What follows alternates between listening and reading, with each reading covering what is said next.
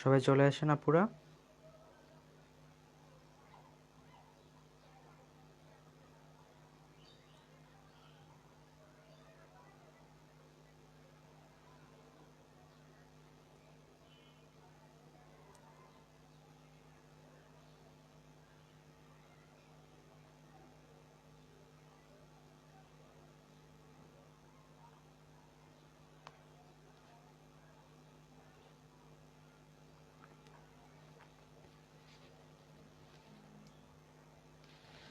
সবাই চলে আসেন।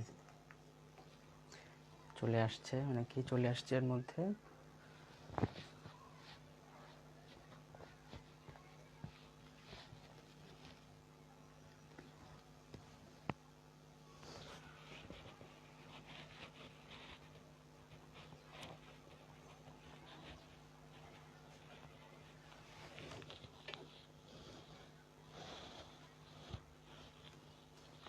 সবাই আসেন, তারপর আমি শুরু করছি।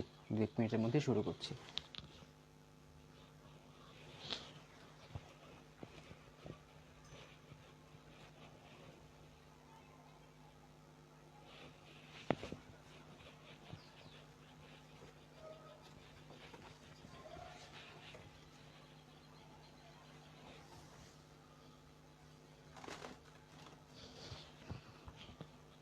আচ্ছা, চলে আসছে অনেকে। শুরু করে দিই তাহলে। আচ্ছা, তো আমি একটা কাপড় বিছিয়ে নিয়েছি, আপনারা দেখতে পাচ্ছেন। কাপড়টা হচ্ছে অ্যাশ কালার একটা কাপড়, লাইট অ্যাশ কালার একটা কাপড়। তো এই কাপড়টার মধ্যে আমি এখন যে এমবোস পেস্ট করেছি নীল রঙের, আর যে আড়ং পেস্ট করেছি হলুদ রঙের, এই দুটো রং আমি এখানে অ্যাপ্লাই করব। আচ্ছা, আমি একটা স্কেল নিয়ে আসি দাগ দেওয়ার জন্য, সোজা করার জন্য।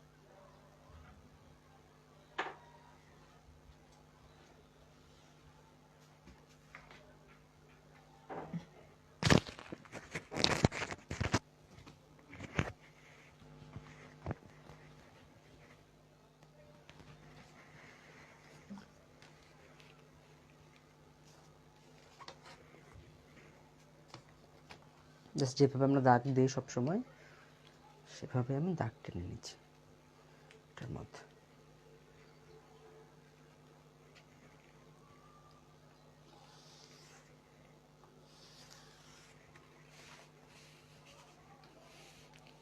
বর্ডার দিব, তো তো বর্ডারের জন্য দাগটা টানা হচ্ছে।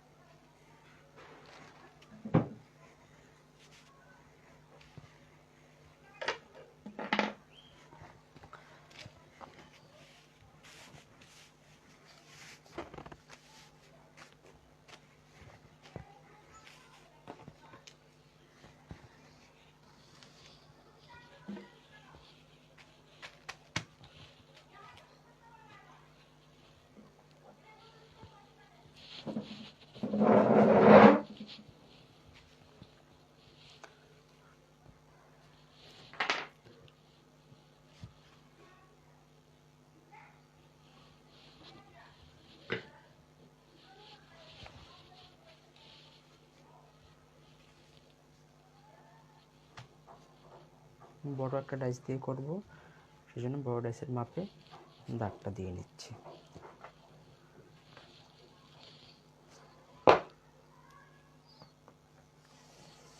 আর ব্লক প্রিন্টের জন্য খুব ইম্পর্টেন্ট, লাইনগুলো যাতে সোজা হয়, যাতে সমান হয়, না হলে কিন্তু জিনিসটা দেখতে ভালো লাগবে না। যদি একটু বাঁকা হয়ে যায় তখন কিন্তু জিনিসটা যদি সবার চোখে পড়ে না, আমরা মিলিয়ে দিতে পারি, তখন জিনিসটা কিন্তু একটু খুঁত থেকে গেল।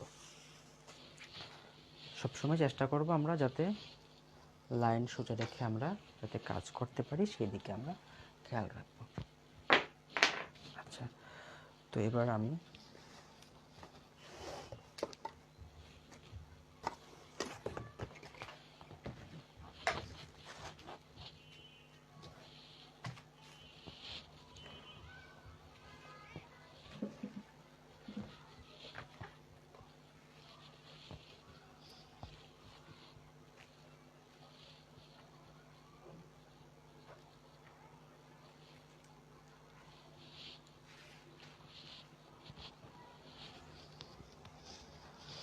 শুরুতে নীলটা নিয়ে নিচ্ছি।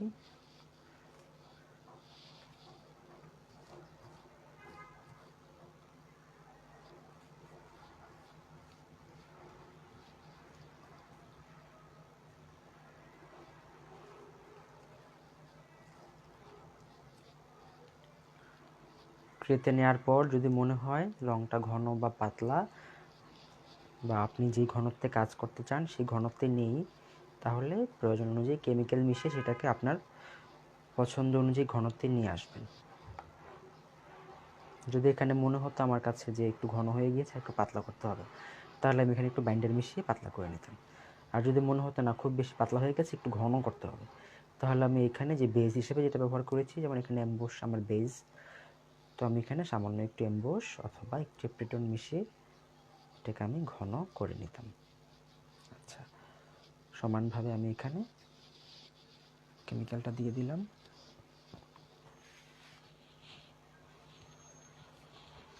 আর এখানেও আমি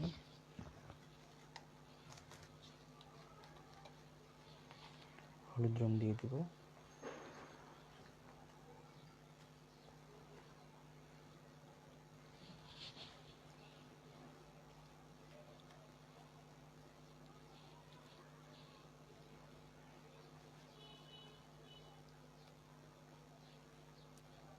অনেক ছড়াতে হবে কারণ বড় ডাইস দিয়ে করব, তো না ছড়ালে বড় ডাইসটা আসবে না প্রপারলি।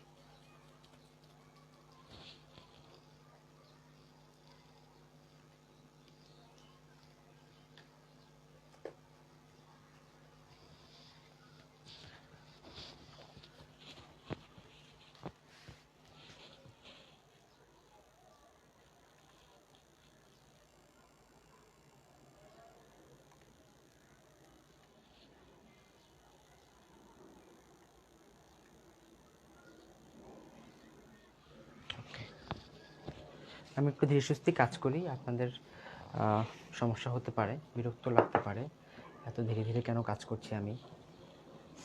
আচ্ছা,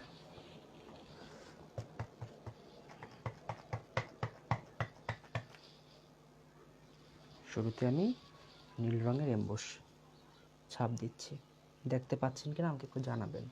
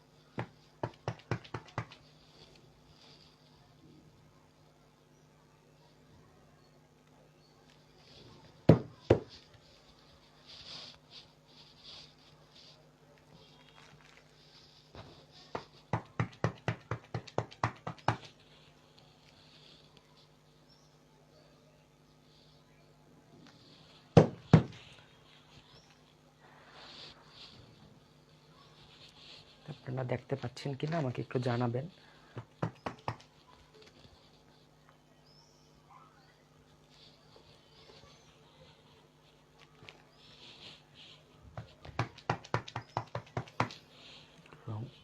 ব্রাশ করে নিব, একটু পর পর আমরা রং ব্রাশ করে নেব বা জায়গাটাকে একটু ব্রাশ করে দিয়ে, কারণ বারবার করে যখন আমরা ডাইস এখানে লাগাচ্ছি চটের মধ্যে তখন কিন্তু রঙগুলো কিছু কিছু রঙ একপাশে সরে যায়, তখন ইভেনভাবে এরকমভাবে রঙটাকে আবার সমান করে লাগিয়ে দিতে হয় চারিদিকে।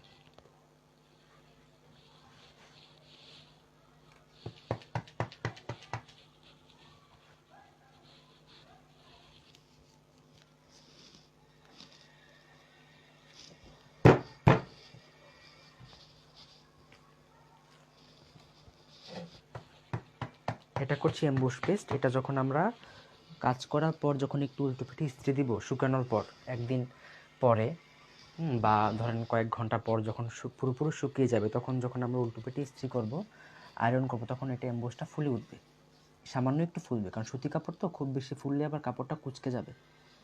তো আমরা খুব বেশি ফুলাবো না, সামান্য একটু ফুলবে, দেখতে ভালো লাগবে।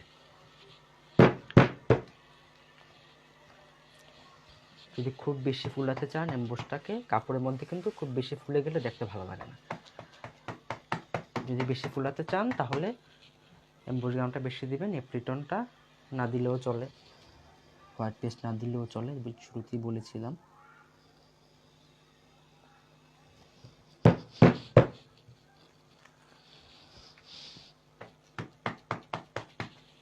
খুব সুন্দর হবে যখন আমরা উল্টো পিঠে আয়রন করব, একটু ফুলে উঠবে, দেখতে ভালো লাগবে খুবই।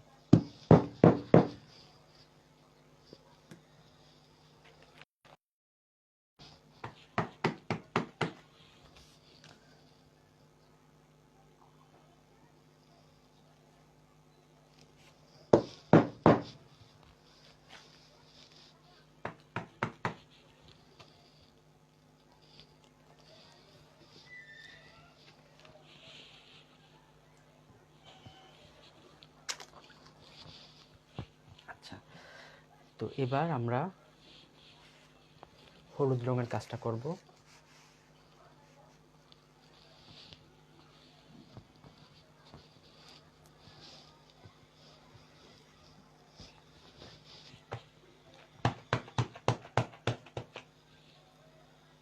এই ডাইসটা আজকেই প্রথম কাজ করছি, জানি না কেমন প্রিন্ট হবে, নতুন ডাইস একদম।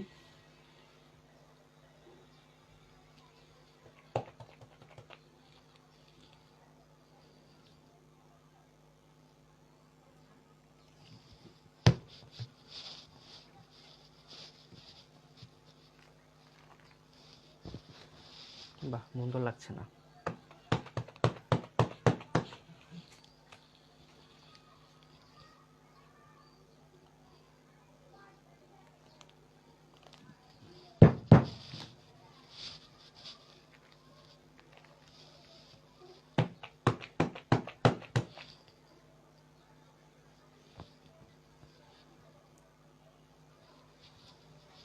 হ্যাঁ, পিক দিব। শুকানোর পর আসলে ব্লক প্রিন্টের এমবোস তো খুব একটা বোঝা যায় না, তবে চেষ্টা করব ক্লোজ একটা পিক দিতে আপনাদেরকে, অথবা আমি সম্ভব হলে আমি এর মধ্যে শুকিয়ে ক্লাসের মধ্যে আমি আয়রন করে আপনাদেরকে দেখাবো, যদিও জানি না সম্ভব হবে কিনা, চেষ্টা করব ক্লাসের মধ্যে আপনাদেরকে লাস্টের দিকে একটু এটা ইস্ত্রি করে দেখাতে।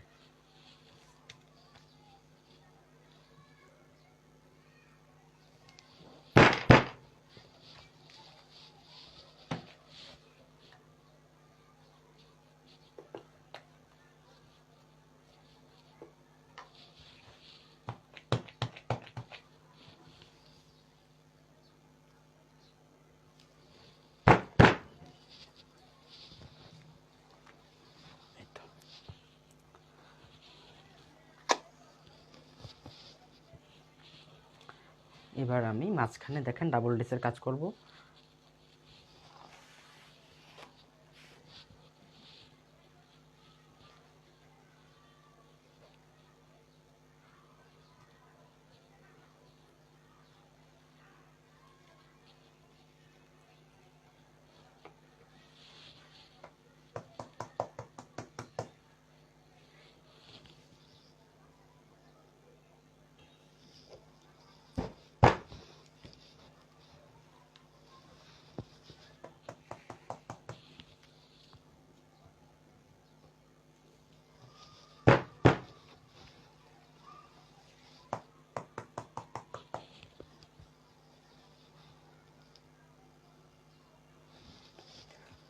অসংখ্য ধন্যবাদ আপুরা।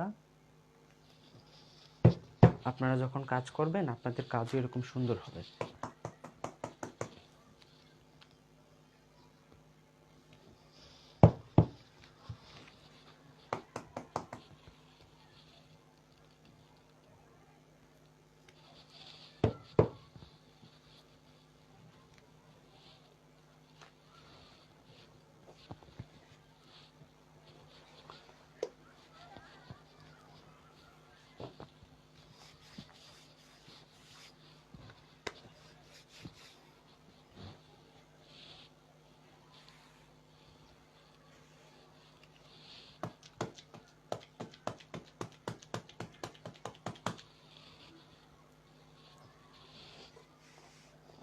এবার আমি হলুদ রং দিয়ে উপরে ছিটা ছিটা কাজ করবো আর কি। অসংখ্য ধন্যবাদ আপুরা আপনাদের সবাইকে। একটি স্ক্রিনশট নিই।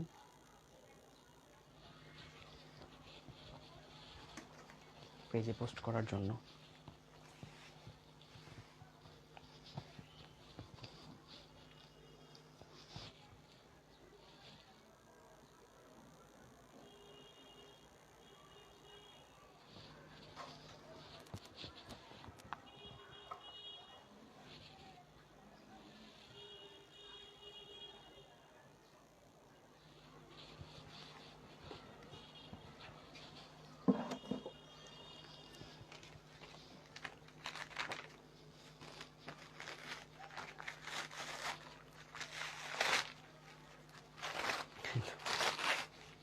এত এমবোসটা এত গামের মতো যে পেপারের উপর রেখে করি পেপারটা একদম ধরে ফেলে।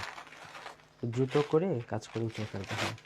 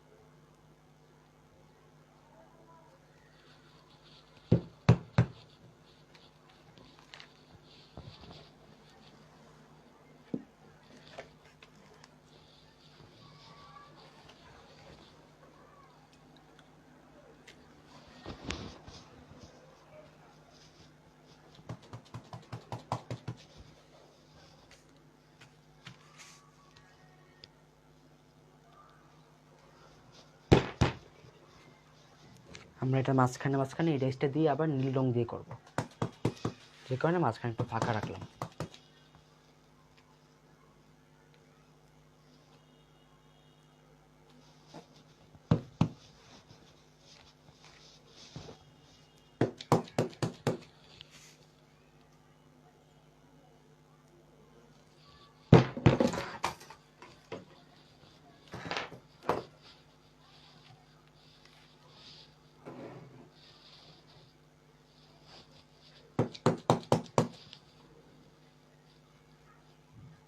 আর একটু যদি আমি ইয়ে দিতাম এটার মধ্যে গ্লিটার দিতাম তাহলে চকচক ভাবটা নাই ওরকমভাবে গ্লিটারের।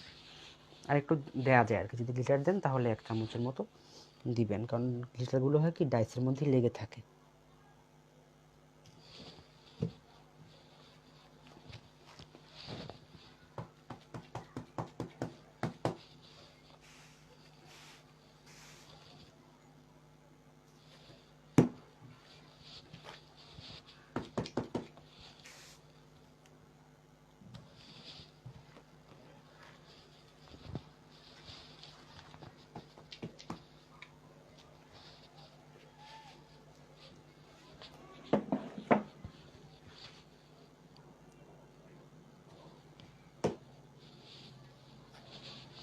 এবার আমি এই ডাইসটাকে ধুয়ে নিয়ে এটা দিয়ে আবার আমি হলুদ রং করব।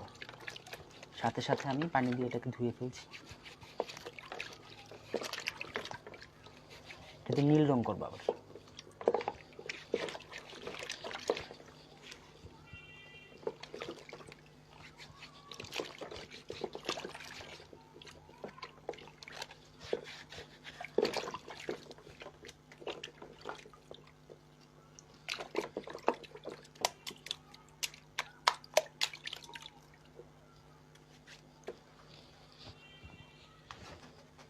পানি দিয়ে ধুয়ে ভালো মতো এটাকে মুছে নিতে হবে।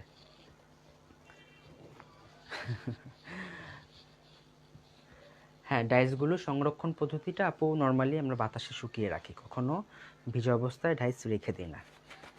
ব্লকগুলো বা ডাইসগুলো আমরা ভালো মতো শুকিয়ে তারপরে আমরা রাখি, আর এমন জায়গায় রাখি যাতে সবসময় আলো বাতাস পায়। বন্ধ করে কোনো পলিথিনের মধ্যে বস্তার মধ্যে করে রাখবেন না। যেখানেই রাখবেন যাতে আলো চলাচল সেখানে যাতে থাকে সেদিকে খেয়াল রাখতে হবে।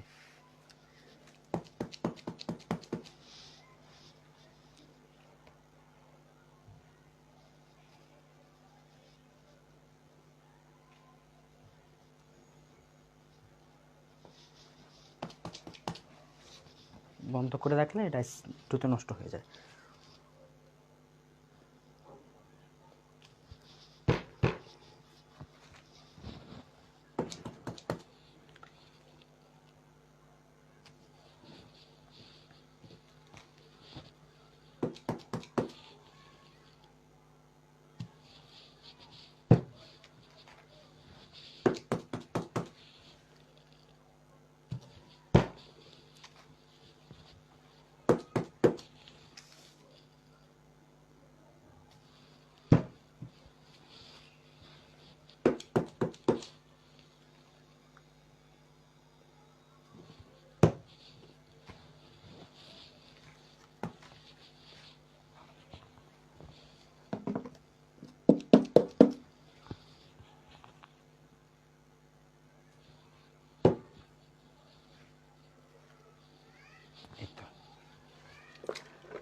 তো এই হয়ে গেল মোটামুটি। জাস্ট একটা পাশ আপনাদেরকে করে দেখালাম, আশা করি আপনারা বুঝতে পেরেছেন। তো আজকে যে কাজগুলো করলাম এই দুটো কাজ হচ্ছে আমাদের আড়ং পেস্ট এবং অ্যাম্বুশ পেস্টের কাজ। হ্যাঁ, আমি অন্য একটা কাপড়ে একদিন করেছিলাম অনেক আগে,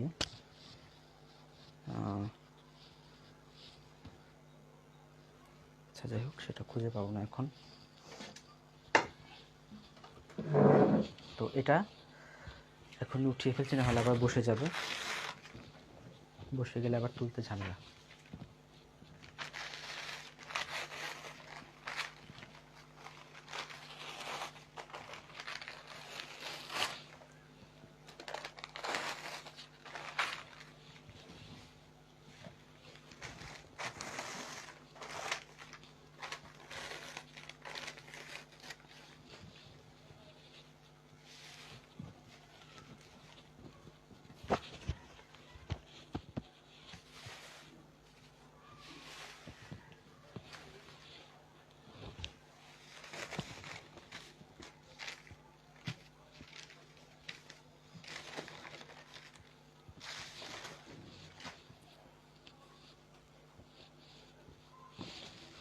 একটা স্ক্রিনশট নিয়ে তারপর আমি এটা রেখে দিই।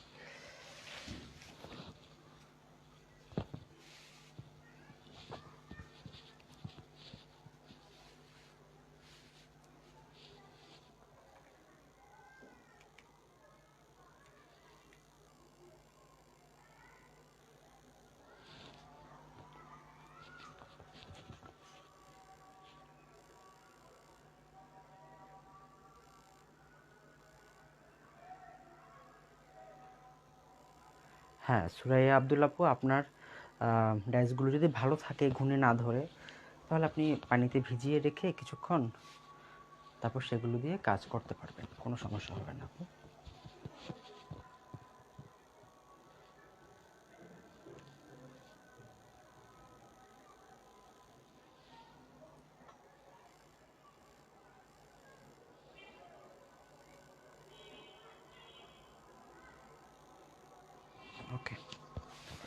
তো এবার আমি গতকাল গ্যালারি আপু সম্ভবত একটা প্রশ্ন করেছিল যে গলা কিভাবে ডিজাইন করে। হ্যাঁ, অনেক সময় ব্লকের ডিজাইনে, ব্লক প্রিন্টে গলার ডিজাইন থাকে, গলায় আলাদা একটা ডিজাইন থাকে। তো গলার সেই ডিজাইনটা কিভাবে করতে হয় আমি আপনাদেরকে একটু দেখাই। অনেক সময় আমাদের অনেক বিছানার চাদর বা হচ্ছে টেবিল ক্লথ করতে হয়, তখন আমাদের বর্ডার করতে হয়, চারকোনা বর্ডার করতে হয়। গলাতেও কিন্তু সেরকম চারকোনা বর্ডার করতে হয়। তো আমি আপনাদেরকে সেরকমই একটা গলার ডিজাইন করে দেখাচ্ছি। নর্মালি মানে কীভাবে মেজারমেন্টটা নেবেন, কীভাবে সহজে একটা গলার ডিজাইন করা যায়, জাস্ট ওই মেজারমেন্টটা আপনাদেরকে বোঝানোর জন্য আর কি। ছাড়া তেমন আপনারা একবার বুঝলে পেরে যাবেন আশা করছি।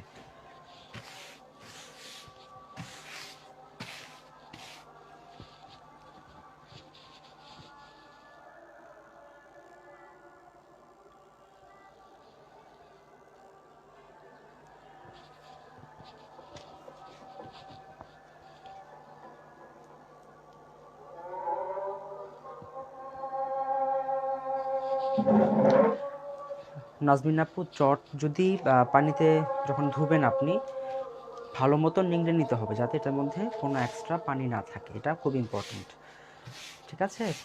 এটা খুব ইম্পর্টেন্ট, যাতে কোনো এক্সট্রা পানি না থাকে সেভাবে কাজ করতে হবে। আচ্ছা, তো আমি একটা গলার ডিজাইন আপনাদেরকে করে দেখাবো আজকে।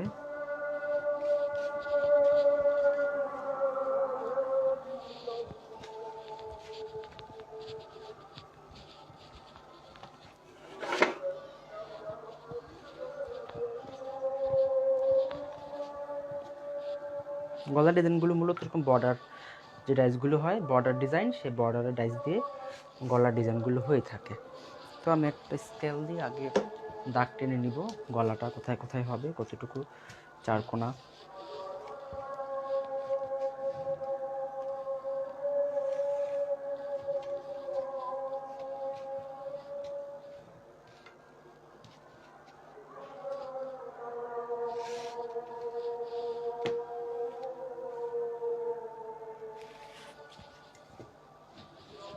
আশা করি আপনারা দেখতে পাচ্ছেন, মাঝখানে আছে আশা করি। হ্যাঁ, তো যখনই আমরা ডিজাইন করব, ডিজাইন করার আগে যে ডাইসটা দিয়ে ডিজাইন করব সেই ডাইসটার চওড়াটা আমরা ঠিক করে নিব, ঠিক আছে? কারণ কর্নার ক্রিয়েট করতে হবে তো এখানে। তো এই হচ্ছে আমাদের কর্নারটা। তো এই কর্নার বরাবর আমরা একটা দাগ টেনে নিব, কারণ এখানে আমরা পেপার দিয়ে একটা, তারপরে সেমভাবে এই পাশটাতেও আমরা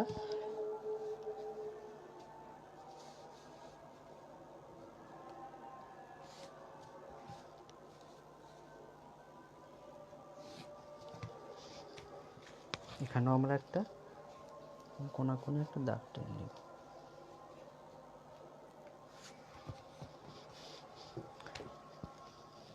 তারপর ছোট একটা ডাইস দিব, দুটো ডাইস দিয়ে করলে আপনাদের বুঝতে সুবিধা হবে। ছোট ডাইসটার ক্ষেত্রেও সেম।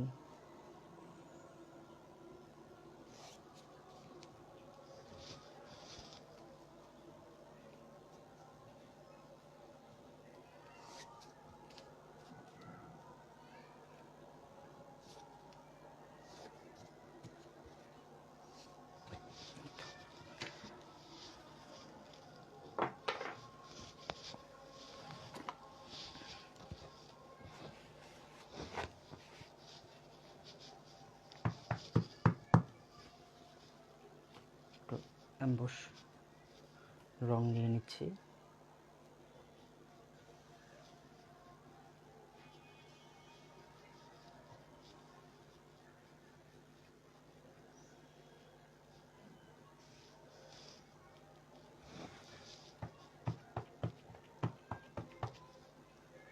ক্লিয়ার আছে স্ক্রিনটা? একটু দেখেন তো, একজন লিখছে দেখা যাচ্ছে না, তো জানান তো আমাকে কয়েকজন স্ক্রিনটা ক্লিয়ার আছে কিনা। হ্যাঁ, স্ক্রিনটা তো ক্লিয়ার আছে। আপনারা দেখতে পাচ্ছেন কিনা আমাকে একটু জানান সবাই।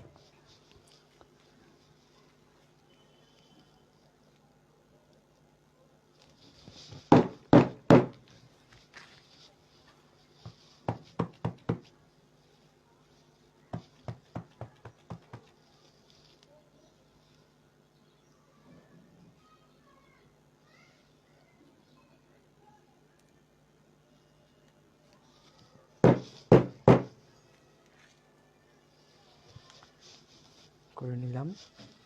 এবার দেখেন যখন কর্নারের পাশটায় আসবো তখন আমরা পেপার দিয়ে এখানে একটা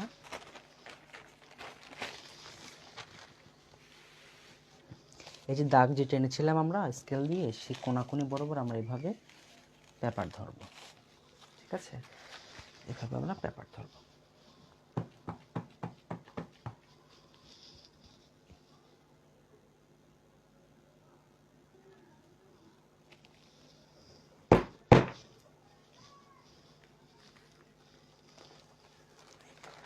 এভাবে আমরা একটা কর্নার ক্রিয়েট করে নিলাম। খুব সহজে কিন্তু কাজগুলো আমরা করতে পারি একদমই ইজিভাবে। তো এবার অপর পাশটায় আমরা পেপার ধরব।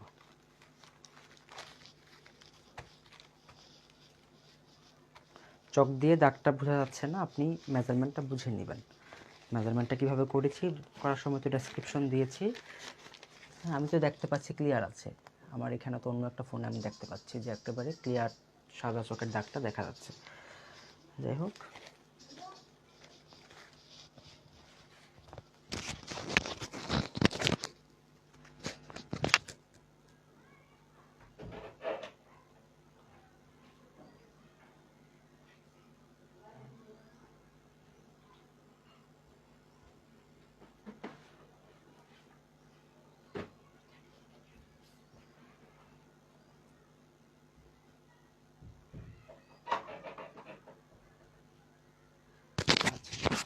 তো আমি এবার এই পাশটা করব। সুতরাং এই দিকে আমি এবার এটা দিয়ে দিব, পেপারটা দিয়ে দিব। দাগ বোঝা যেতে হবে না, আপনারা কীভাবে কাজটা করছি সেটা দেখেন। আর মেজারমেন্টটা কীভাবে নিয়েছি সেটা তো বুঝতেই পারছেন।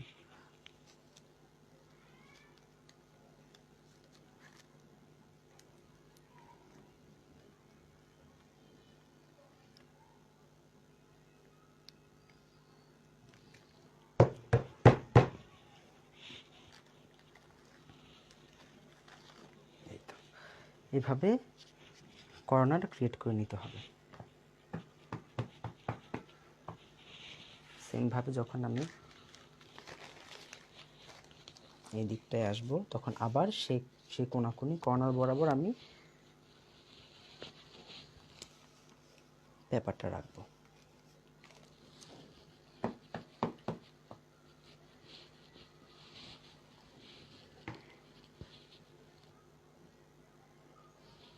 কর্নারটা দেখানো হয়েছে, আপনি ক্লাস শেষ হলে সেই অংশটা আরেকবার দেখে নেবেন। ঠিক আছে,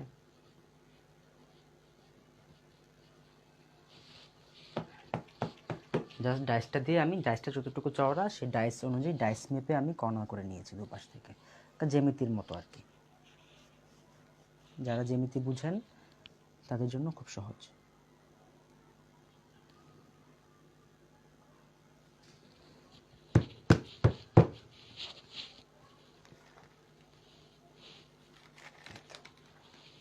কর্নার করে নিলাম।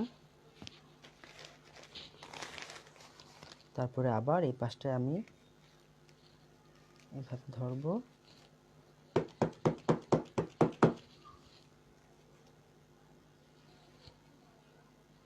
একটু ঝামেলার, বাট করলে জিনিসটা ভালো লাগে দেখতে।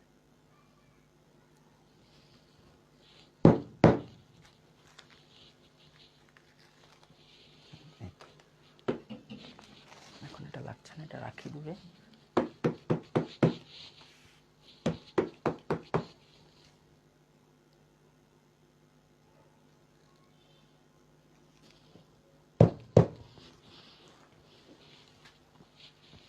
একটু বাঁকা হয়ে গিয়েছে,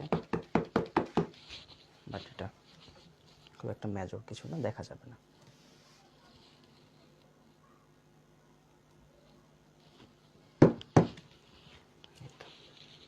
এবার ভিতরে আমি একটা বর্ডার দিব। ভিতরে বর্ডারের জন্য আমি হলুদ কালার দিতে চাচ্ছি।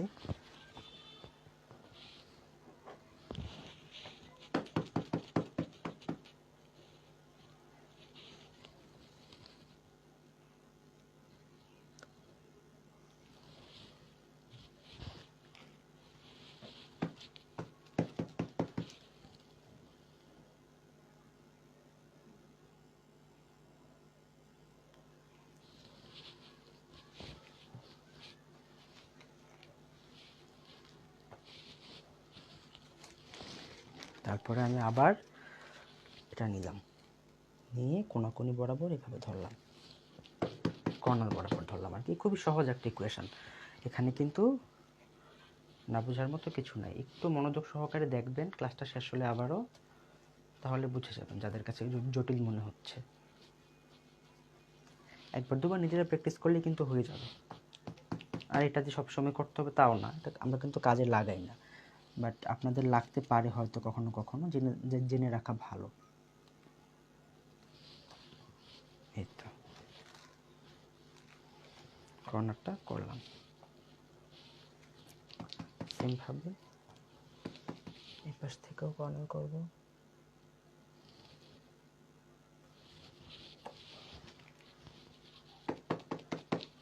একটু উল্টো পাশ হয়ে যাচ্ছে, দেখা যাচ্ছে না ভালো মতো, বাট করা যাবে, আপনারা বুঝতে পারলেই হলো।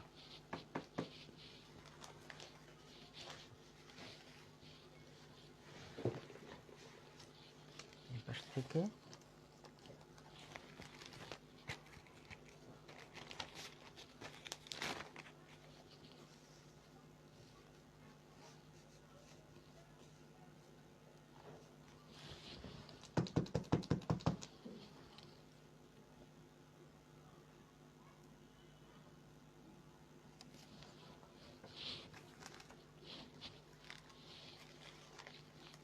কর্নার দেওয়া হয়ে গেল।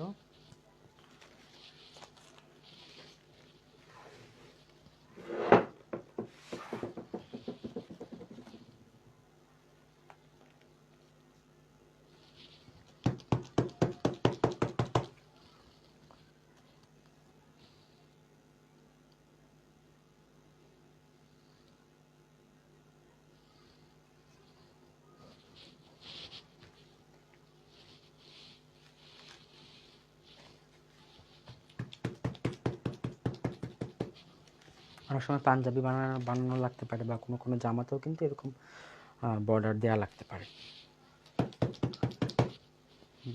আপনারা একটু বুঝে নেন, কখনো কাজে লাগাতেও পারেন।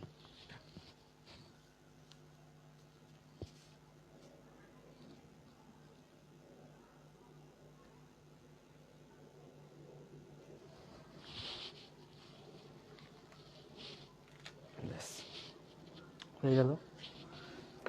তো এই ছিল আজকে আমাদের ক্লাসের যে বিষয়গুলো, আয়রন পেস্ট, অ্যাম্বুশ পেস্ট, এবং গত ক্লাসে আমরা শিখেছি কেরোসিন পেস্ট। ঠিক আছে, তো আপুরা আপনারা এবার আপনাদের জানার যে বিষয়গুলো আছে, আপনারা এই 2 মাস কাজ করে যে সমস্যাগুলো ফেস করেছেন, হ্যাঁ, সেগুলো আমাকে একটু জানাবেন। আমি চেষ্টা করছি আপনাদেরকে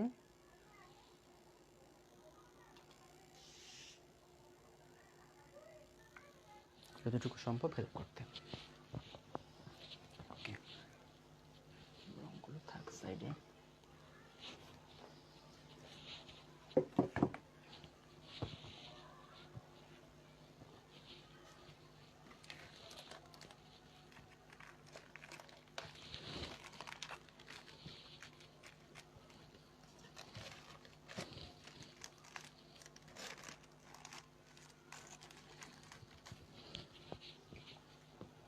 আচ্ছা, আপনারা এবার একটু কমেন্ট করেন কয়েকজন, কার কি সমস্যা হয়েছে ব্লক প্রিন্টে। আচ্ছা, আমি বরং একটা এটা এই লাইভটা কেটে একটা লাইভে আসি, প্রশ্নোত্তর পর্ব নামে। সেই লাইভে আসেন আপনারা, সেখানে এসে কমেন্টে আমাকে জানান। তো এই লাইভটা আমি ডিসকানেক্ট করছি, এটা কেটে আমি আরেকটা লাইভ আসছি প্রশ্নোত্তর পর্ব নামে।